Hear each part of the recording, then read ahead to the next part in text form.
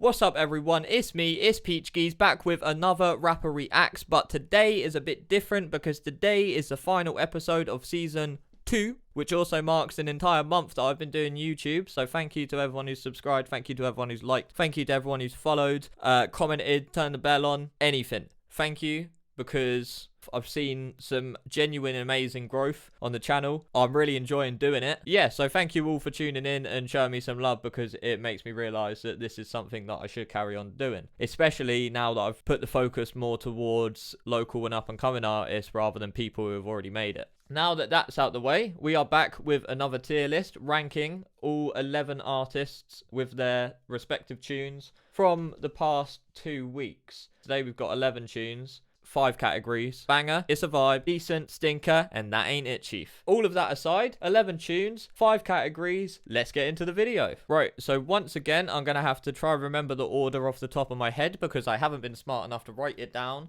but I know for a fact that season 1 started with Spirited Away by Rishki, which... Can I go straight into banger? I mean, I really enjoyed the tune. I really enjoyed the tune. So I'm going to put it in banger. I'm going to go straight into banger. The video was sick. It was like a visualizer type video. There's a lot of editing going on. That was so sick. Rishki's just style with it was so sick. Like, he kept making the little stereotypical jokes about himself, which I respect, because if you make jokes about yourself, no one else can make jokes about you. So it's just a way to get ahead of the people that want to bring you down. So for that, I respect it. It's just got to be banger. Just got to be banger. Got to be banger. Next artist. Right, so coming up in second, we have got, I believe, Pizza Time by One Size Fit All. So I'd like to put it in decent because I thought the song was hilarious and it really did make me laugh. The little drum and bass bit at the end, it was quite entertaining, and overall it was an entertaining experience listening to the song. However, musically and like production wise and stuff, I think I'm gonna have to put it in stinker. I think I must do, because I had fun, but I have fun all the time. Like, anything amuses me, anything makes me laugh. Musically it was a stinker. I'm sorry Tyler, I'm sorry, but it was an absolute stinker. Next artist. Up next, I believe we have got, I think we've got Fots. Fots. Up next, I believe we've got Jesus Torres. There we go. The guy who did the song. One day, I might learn to speak properly, but today is not that day. And I'm so sorry, Jesus Torres, but you, straight away, that ain't it, chief. Because I really didn't like it. I really did not enjoy the song. Tep Up. That was his name. Anyway, definitely staying in that ain't it, chief, and there's no chance of it moving. I'm sorry, Tep Up. But next artist. I believe for the next artist we have got C1 Beats and his lovely story time tune, Cotton Pockets, which I enjoyed his style of rap, and there was a lot of wordplay, double entendres and stuff in the song that, oh, I'm putting it on decent, by the way, if you hadn't already noticed. Yeah, there was a lot going on in the song that, like, as a lyricist, I really enjoyed it because he was clever with his words, and like I say, the sort of puns and the wordplay. I can't remember any off the top of my head because it was like a week and a bit ago, but I do know how it made me feel and how much I enjoyed it. So for that, I'm going to put it in decent. Next artist. Next up, we have got Black and Blue by Jay Gannon and Sophie Proctor, which I'm probably also going to put here in decent, mainly because of the fact it's not usually the style of music I listen to, but I did really enjoy listening to it. So that's where it's going, pretty much. The visualizer was sick. Sophie's voice was sick. Jay's guitar playing. Jay's guitar playing was sick. And musically, it was quite a put together song. Like, it had a chorus, it had a bridge, it had the melodies and everything. Like, so it was musically put together. So my ears enjoyed listening to it. And for that, it is going in decent. Next artist. We have got Kyron Nash, Pancake Freestyle. It's a vibe. It's a full-on vibe. Because, one, it's fully recorded and everything, and it was like the actual good quality compared to last time, which is what brought him down last time. And two, I remember that it's the emotion and like the expression that he has in his voice. It proper. I think it tells a story more efficiently than, say, for example, C1 Beats did. Because while C1 Beats was really clever with his words and his storytelling, and it was a whole story, Kyron Nash sort of talks a bit more broadly about everything, but the emotion and the expression in his voice just creates more of a believable story, if you know what I mean. So for that fact, it's a vibe, plus the beat that you used was a proper vibe. Next artist. Up next, we have got Lil Albino with Wedding Ring. Absolute vibe.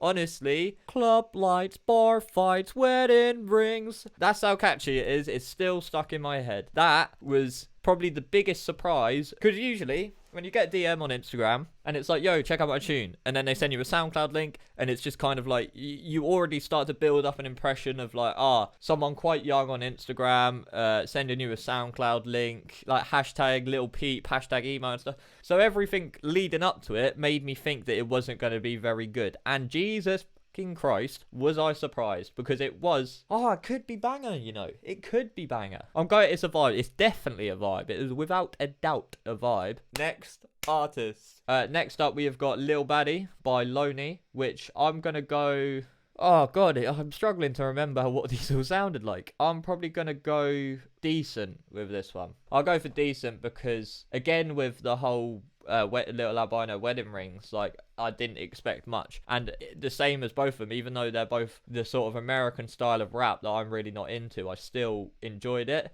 So for me to enjoy a song of the style that I don't usually enjoy tells me that it must be decent. Next artist. Next up we have got the boy SinSync with his newest track, B Stole My Bike. Fun fact, found out the whole song and the whole project was created because someone did actually steal his bike. I think, now this might be controversial to some people, but I don't care. This is my tier list and it's my opinion. So, fuck you, 50p, busted. I'm gonna put it on It's a Vibe, and I will explain why. Because SinSync's whole style seems to be that kind of having a laugh, jokey kind of rap, like never really taking himself too seriously, which this video and this song showed wonderfully. Like, it was, not gonna lie, there was a lot going on, and it could have been a bit more, I guess, coherent, but I think that's what adds to it. The fact that it's a song about such a just, like, silly thing about someone stealing your bike, but everything matched up. So, like, the video, the lyrics, the production, the editing, it all was on the same vibe. It was hilarious, and I really enjoyed it. So, yeah, SinSync is a vibe. Next artist. Next up, we have got, whoa, straight to the top, we've got Mr. Ree, Out of My Mind, produced by Auris. I can't tell you how much I enjoyed that song. Partly for the same reason as I enjoyed Lil Baddie, because of what the song was about. Partly because the music video, Jesus, was like a short film. Partly because it was just a banger.